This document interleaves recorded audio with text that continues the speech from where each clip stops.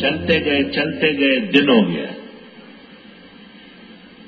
ایک پہاڑ آتا ہے اس کو جبل سور کہتے ہیں. ابوبکر صدیق اور آپ اس طرف مڑ گئے. پرانا کوئی غار تھا اس میں.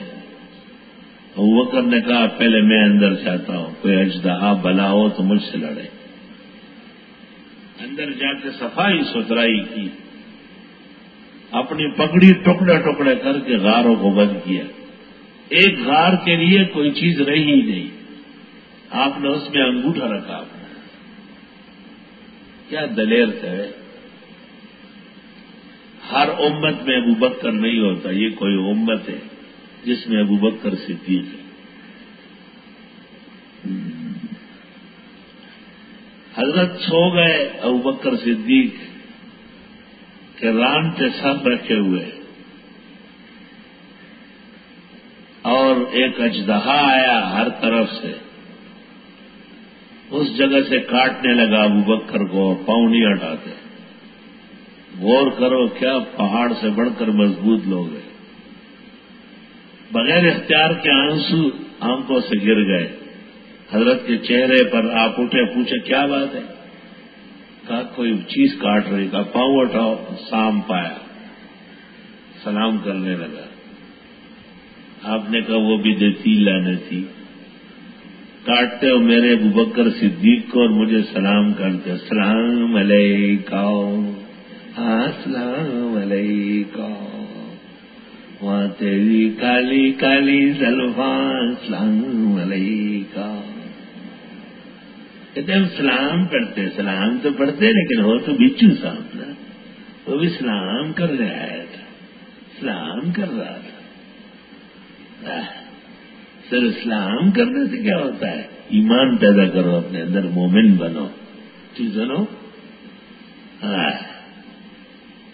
سلام علیکم. سامپور بچو بھی سلام پڑھتے.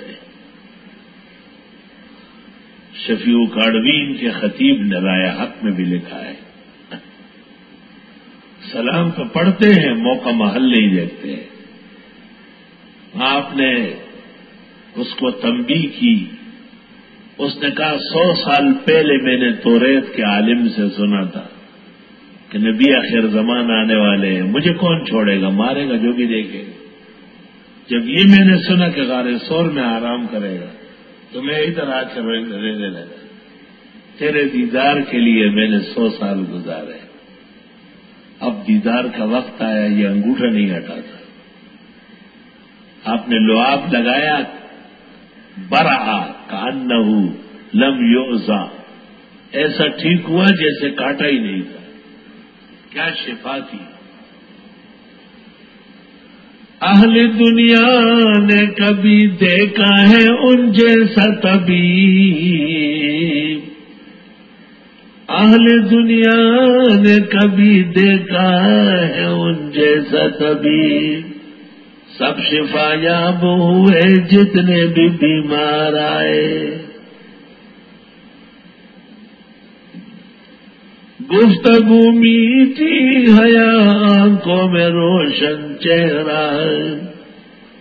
گفتگو میٹھی حیا آنکھوں میں روشن چہرہ.